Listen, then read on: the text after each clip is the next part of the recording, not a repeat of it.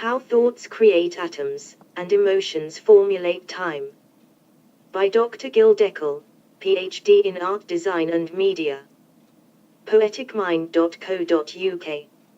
It seems that the connection between thought, emotions, space and time is far greater than understood before. I am not a scientist, I simply hold interest in that field. Here is a short introduction to the idea that thoughts can manipulate physical reality, and emotions can render the concept of time. Part 1: Awareness to Atoms. A serious problem facing the world today is actually a very simple one, and it can be solved easily. The problem is that people are unaware of their own atoms. People do not have the awareness or an understanding of the atoms that make their own body, how these atoms are created, how they operate and how they draw energy that enables the body to exist. When people are unaware of their own atoms, then they are unaware of how the planet operates. The prevailing assumption that most people hold is that we all have a body, and the body exists out of its own energy, out of its own accord.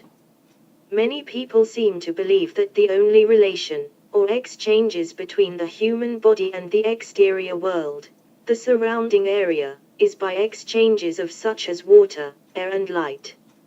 A part of these forms of exchange, people assume that the body exists separately of nature. However, many studies reveal that this is not so. In effect, the human body seems to draw energies that are beyond what we tend to think. These energies operate on a level that is finer than the atom, and they give the body its initial energy. The human body draws oceans of energies from the universe, in order to maintain the functionality of its atoms, molecules and cells. The body draws oceans of information from the planet itself, in a way that still puzzles our sciences. If you could imagine for a moment yourself laying on an ocean, just imagine that you are there resting on the ocean, and then the whole ocean is pulled up into your body in order to give you the energy that enables you to make simple things as taking a breath. This is how people draw in a cosmic energy that gives them energy. Just to take a breath requires a worldwide energy, and this energy is provided free of charge to every single human being on this planet, but people are unaware of it. The human body is a temple that contains the highest form of cosmic wisdom, and so if we learn to be aware of it, then we can find the solutions to all the problems we face. To do so we need to ask this: where are the atoms of my body coming from? And where are they going to in the next minute? Apparently, the human body is not so-called stable, solid thing, but rather a complex and interchanging mechanism, where atoms are constantly forming the body, and at the next moment they are discharged off the body, they simply leave the body. It is like breathing in and breathing out, discharging air. When atoms are discharged, new atoms are coming to replace them in forming the organs of the body. It is believed that in the span of a year the person has a totally new body consisting of completely new atoms that were not there a year before. When atoms go away, new atoms are willingly coming to form the same single body with the same organs. This allows the so-called soul to have a manifestation of a physical existence, the physical experience of living. But how? To learn how atoms operate, we must ask ourselves, where do atoms coming from and where are they going to? That question alone will promote social responsibility, because people will acknowledge the connection they have with the surroundings, seeing the environment not as separated of them, but as part of them, consisting of atoms that are transformed to become their own body. People will then want to make sure the environment is well kept, because that environment sooner or later creates their own body. You have been created by nature and in turn creating it. Part 2. In the core of atoms are thoughts. The terms atom, molecules and body cells are not new. While these terms go way back, still no one knows today what are they. Science is probably not developed enough to understand what is in the core of atoms and what is it that makes atoms. We do know, however, that the mere act of observation alters the result that we measure. For example, the simple act of researching and observing a quantum field in the laboratory alters their behavior. And this human intervention with reality makes it very difficult for us to understand what is out there, because we know that that which is out there is that which we alter and affect ourselves. You can read Deepak Chopra to learn more on this topic, and watch the film What the Bleep Do We Know? The atom is believed to be a form of energy. But once again, what is energy? It seems that no scientist can give you a definition of energy. Ask a scientist, what is the energy that makes electricity? What is energy? And they will tell you, we don't know. We cannot measure energy, we cannot see energy. Energy is that which is unknown. Yet, it is this unknown that formulates not just the physical body but also the energy to maintain that physical body. Is it physical at all? We don't know. Some scientists suggest that more than 99% of the atom is not solid matter. Deepak Chopra's arguments are most fascinating, suggesting that energy is a potential, a form of potentiality. Another interpretation of atom was given to me through a meditation session I have taken. During that meditation I became aware of a presence which could simply be my own subconscious. However, it felt much wiser than myself, and had a sense of being independent of myself. I like to use the terms spiritual guides or angels to describe these feelings. One such angel provided me with a fascinating outlook on atoms. He said that atoms are simply a form of thoughts. Atoms are a manifestation of what people think. The angel said that we first need to understand the context of thoughts. When we use the word thought, we mean an event on the level of human beings. There are other forms of beings, which do not succumb to the law of our nature. We live on planet Earth and we are bound to the laws of nature as well as to the audio, visual, emotional expressions that we use. We are under the words that we use to express reality and to understand it. We make sense of reality through our logic, which uses words. See Susan K. Langer on this topic. This is a dogmatic view, a dogmatic perspective on life, and within this dogmatic perspective my angel said that thoughts live. A thought for you and me, for human beings, can be one thing, whereas to other forms of being it could be something totally different. Thought can behave in few ways. One way is specific to human beings. Other ways are specific to other beings. And so the angel said that thoughts formulate what we otherwise know as atom. Atoms and thought are the same, and this is why we seem to alter reality and change atoms when we observe them. We use our attention, our thoughts to look at atoms, which are also thoughts.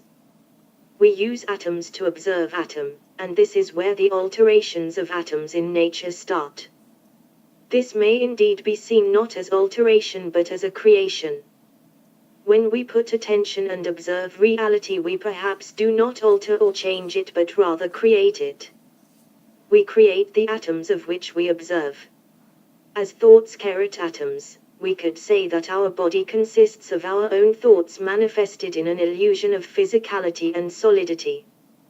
Thoughts are understood as electrical discharges coming mainly from the brain, whereas in reality they exist everywhere, coming and going from all corners of the universe. And yet, since we believe that thoughts are localized in the brain, we perceive them as such localized in the brain. This is but a small perspective of the overall picture. As we assume thoughts belong to the brain, or the mind, we then fail to see that they also make the human body itself. That indeed they are the atoms that make the substance of the body. If thoughts are indeed atoms, then we could say that we think with the whole body, or that the body itself is a thinking being. It is in a thought process which includes the brain, the mind, the body and the whole universe, and yet we are aware of only a small portion of this, the part which operates in the brain. Part 3. The creation of time and space.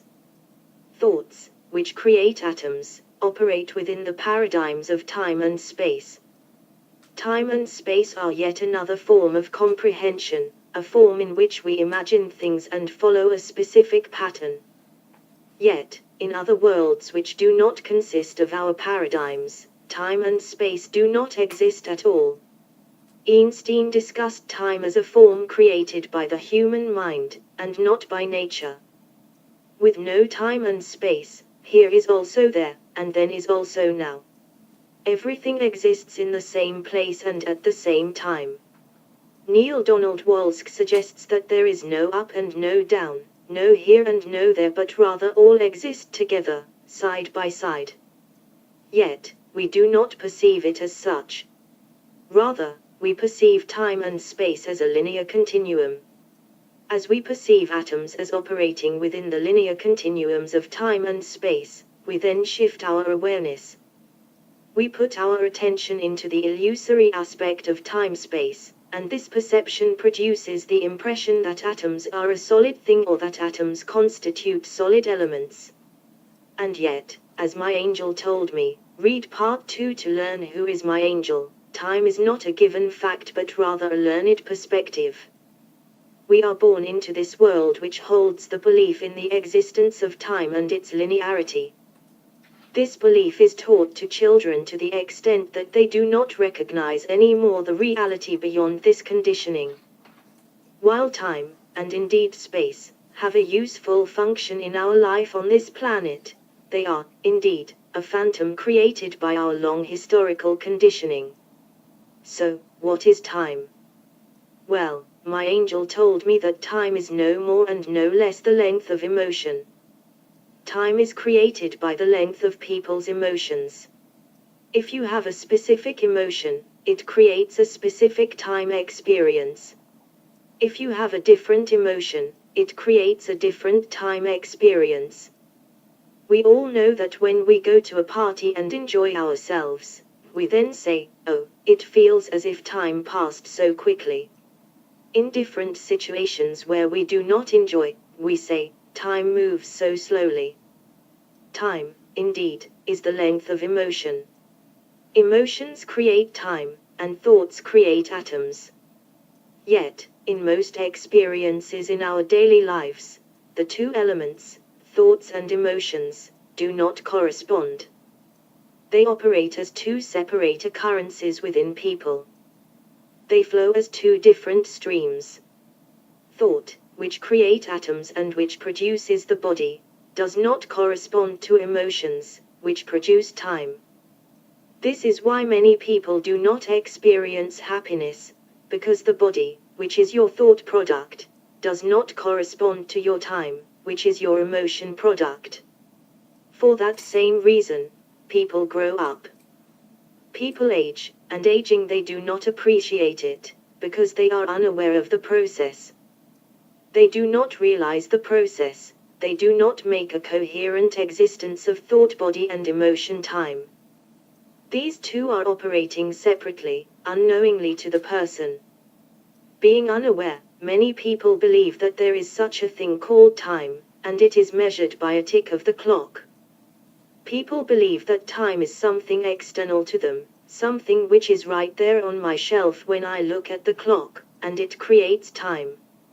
Some people will agree that the clock does not create time but will argue that the clock measures time. So what creates time then? Many will say that the movement of the sun creates time. When the earth moves around the sun it produces a yesterday, therefore, now is today. In truth, my angel argued, the movement of planet Earth around the sun does not create time. The only connection between the movement of the planets and time is that ancient man begun to measure his experience of day and night through the use of the shadow that is cast on the earth once you stick a pole in the ground. Ancient man used the rotation of the earth and the amount of light coming from the sun, which produces shadow, to measure day and night, but not to create time. Yet, many people today believe that time is a substance, a solid thing, which exists. That belief prevails since people are unaware of their emotions, which create time. People are unaware of their thoughts, which create their body within time. Part 4. Information from the creators. Albert Einstein talked about the illusion of time, saying that time is a psychic activity created by the human mind. Immanuel Kant talked about time and space. He gave a fascinating explanation of time. For him, time is a tool by which human beings limit the large reality. In the so-called large reality, things can happen in a way that is inconceivable to our mind, such as the same person exiting in two places at the same time. When humans limit this reality, they produce time concept, which enables them to understand how something can be in one place and at another place. With the logic of time, people assume that a thing simply moved in time from one place to another. While in reality all things exists at one place and at all times, to the human mind a thing seemed to move from one place to the other in time. Human beings devised this amazing mechanism called time, which limits, or splits reality, and render it accessible to the brain. In order to create a correlation between our thoughts, which are our bodies, and our emotions, which are our time, we must become aware of ourselves. We must become aware of how we think and how we feel. The external world is the projection of humans' own mind, as Carl Jung suggested and Seth, channeled by Jane Roberts, discussed. Indeed, the external world is a beautiful creation and the projection of our own selves, and therefore it is a gift, as it always reminds us what we are creating. It is a mirror. When we look outside, we look at mirrors reflecting ourselves, reflecting our own thoughts. While we can explore these projections, we also should focus on the creators, ourselves. In order to stop the calamities and sufferings on this planet, we need to explore how we think and how we enable those creations, unwillingly. René Descartes said that to learn and become wiser, you don't need to leave your room.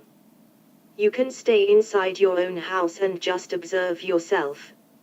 Now we don't need to go to that extreme. Nature is a beautiful place. The world is a beautiful creation given to us in order to enjoy our own creation. However, it was given to us in order to experience our own creation. Many people look at the outside world and they are unaware that it is their own making.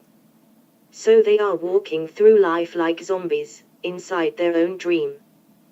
They don't realize that they are walking within their own creation. So why is it that most people are unaware of their own powers? Unaware of their thoughts? Unaware of their emotions, and unaware of this source of energy, these oceans of energies that they draw every single moment that allow the body to manifest and to live. Because most people do not follow the simple act of stopping for just 1 minute a day, stopping and trying to look inside. When I say inside, I do not necessarily mean to sit, close your eyes, and look inside you. While that is a good technique, it does not have to be the only technique. You can actually look at a flower with your eyes open and just observe the essence that is reflected from you and into the flower and the objects around you. There are many ways to do so. It becomes so simple once people realize that all it takes is simply to stop. When we stop for a moment in our modern hectic lifestyle, we are enabling our mind to do something amazing. Instead of generating constant thinking, we are enabling the brain to listen, to absorb. This is crucial. While the act of generating constant thinking is very important indeed to organize your day, yet it can also limit you. When the mind is busy writing the script of your day, in producing thoughts, it is unable at the same time to listen, to receive information, to receive a script, and words of wisdom, coming to you from so many sources that most people do not even know exist. Part 5. Evolution. The brain was not designed to be a processor of information and a receptor of information at the same time. on the conscious level. While the brain receives information at all times, this goes to the so-called subconscious level, which Carl Jung describes. Human beings constantly receive information, but if we do not stop, we do not allow this information to be processed, and we do not allow ourselves to become aware of it.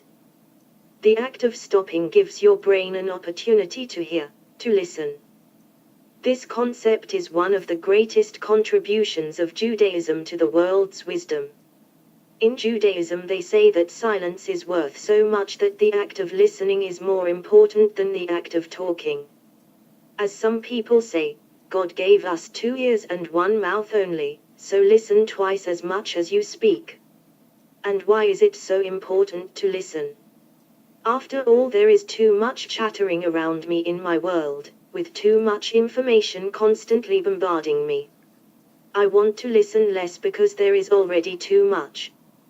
Well, when I say listening, I mean listening to the voice inside you, listening to the messages that are coming from within, the wisdom that is constantly spoken to you from your own inner, higher self. I call it the authorial self. Watch Interview with Authorial Self on YouTube. There is a source of knowledge, a source of wisdom, which resides not within you, it resides much further and deeper beyond you, but to reach it you need to go inside. You need to walk the bridge from your external self through your internal self and from there into your authorial self. Many people are afraid to talk about this or to admit that they feel things or that they have inner hearings. People are scared because they would be deemed crazy. But it doesn't have to be necessarily inner voices. You might feel a knowing, a feeling of an understanding or a form of wisdom. Yet, to contact that form of wisdom you must allow your brain 1 minute a day of comprehension, give it the authority to listen. When it listens to what's inside. And when it listens to what's inside, it gives permission to your authorial self to provide you with this wisdom. Now this wisdom, as I said, does not reside within your body, it does not reside within the atoms of the brain, but rather in a much deeper place. As one poet told me once, I have become a deeper woman. I would like to borrow this statement to describe the deeper self, which is the place where all answers reside.